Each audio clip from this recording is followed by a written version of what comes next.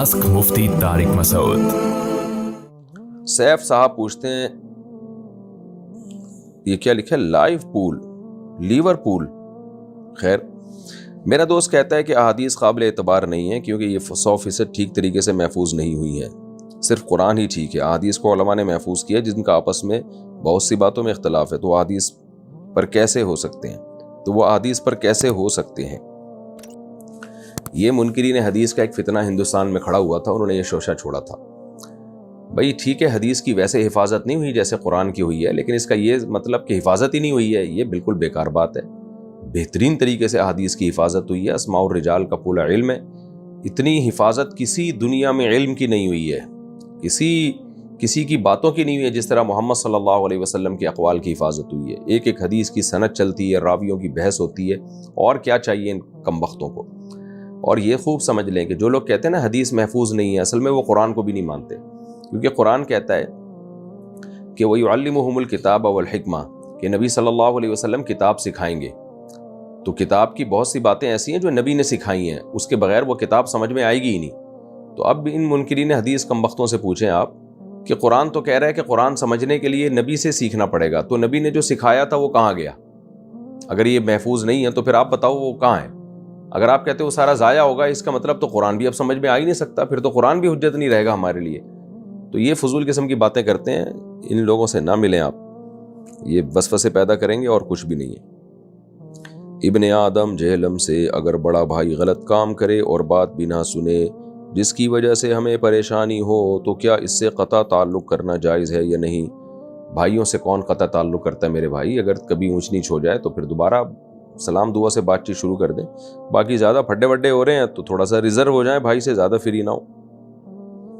Umar Khayyam, कुशनगंज, Bihar, India. मुझे ये समझ में नहीं आता कि मेरे आंसू अल्लाह के डर से निकल रहे हैं या परेशानियों की वजह से।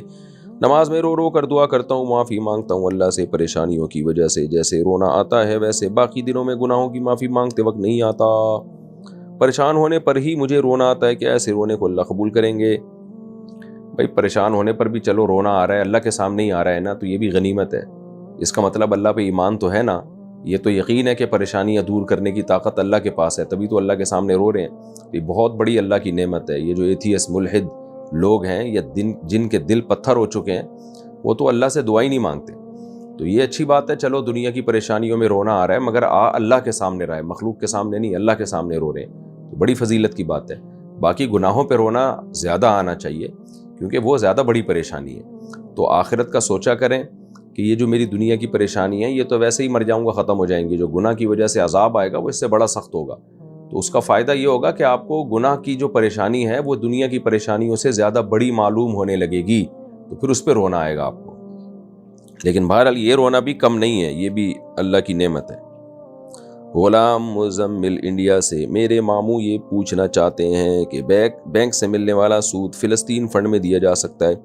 बैंकों से सूदी लेन देन हराम है, नाजायज़ है, लेकिन अगर बिल आखिर बैंक ने सूद जमा कर दिया तो उसको रखे नहीं, बल्कि निकाल के सवाब की नीयत के बगैर किसी भी खैर के काम में सदका कर दे। तो फ़िलिस्तीन के फ़ंड में भी दिया जा सकता है, लेकिन उसमें सदका या सवाब की नीयत नहीं करनी है, बस हराम से जान छुड़ाना है। तो ज़ाहिर है जान छुड़ाने के लिए इधर उधर फेंकने के बजाय कहीं खैर के काम में लगा दें, तो फ़िलिस्तीन के फ़ंड में ज़रूर दे सकते हैं। मुत्तहदा अरब इमारात, फिल्मों ड्रामों में काम करने वाली लड़कियों की इनकम हलाल होती है हराम, और जो लोग इनको देखते हैं इनको भी गुनाह होगा। क़यामत में ये लोग कह सकते हैं कि ये लोग हमें देखते थे इसलिए हम इनके लिए ड्रामों फिल्मों में काम करते थे, और इस तरह इनकी भी पकड़ हो सकती है।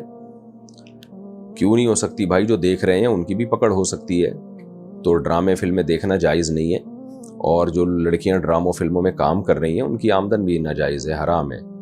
तो औरत के लिए इस तरह अपने आप को एक्सपोज करना और बेपर्दा होना, ये कहाँ से जायज़ हो गया? ड्रामों फिल्मों में ऐसा थोड़ी कि बुरके में आ रही होती हैं, एक से एक फैशन किया हुआ होता है, और फिर जो कल्चर को तबाह किया जा रहा है ड्रामों फिल्मों के ज़रिए, तो वो एक अलग कहानी है। तो कल्चर किस तरह से बेड़ा गर्क हो रहा है ड्रामों फिल्मों में, उनका तो मकसद इंटरटेनमेंट होता है। तो बेपर्दगी का भी गुनाह होगा औरत को, और जो कल्चर ड्रामों के ज़रिए सोसाइटी में प्रोमोट किया जा रहा है उसका अलग गुनाह होगा। इसलिए ये काम करने का नहीं है। बाकी जो फिल्मी एक्टर लोग कहते हैं कि लोग देखते हैं तो हम आते हैं, तो लोग क्यों देख रहे हैं? تو بھائی یہ تو کوئی جو فاحشہ عورتیں ہیں وہ بھی یہ کہہ سکتی ہیں کہ ہمارے پاس لوگ آتے ہیں اپنی بری خواہش پوری کرنے کے لیے، تو وہ کیوں آ رہے ہیں؟ پھر بھائی آپ ان کو ایک گناہ کا موقع دے رہی ہو تو جو گناہ گار لوگ ہیں وہ تو آئیں گے۔ نبی قرآن میں مجید میں اللہ کا کیا حکم ہے؟ وَلَا تَعَاوَنُوا عَلَى الْإِثْمِ وَالْعُدْوَانِ، بری چیزوں میں ایک دوسرے کا تعاون مت کیا کرو۔ تو جیسے فاحشہ عورت کے پاس جانے والا گناہ گار ہے تو فاحشہ عورت تو زیادہ گناہ گار ہے، کیونکہ وہ لوگوں کو موقع دے رہی ہے۔ تو میں نہیں کہہ رہا کہ فلموں ڈراموں میں جو عورتیں آتی ہیں فاحشہ ہوتی ہیں، میں ان پہ یہ الزام ہرگز نہیں لگا رہا، لیکن بہرحال ایک کام تو ناجائز ہے نا، بے پردگی اور پھر جو کلچر پروموٹ کیا جا رہا ہے، یہ دو تو برائیاں ہیں جو ڈراموں فلموں کے ذریعے پروموٹ کی جا رہی ہیں۔ فلموں میں زیادہ ہوتی ہیں، ڈراموں میں کم ہوتی ہیں، لیکن ہوتی دونوں میں۔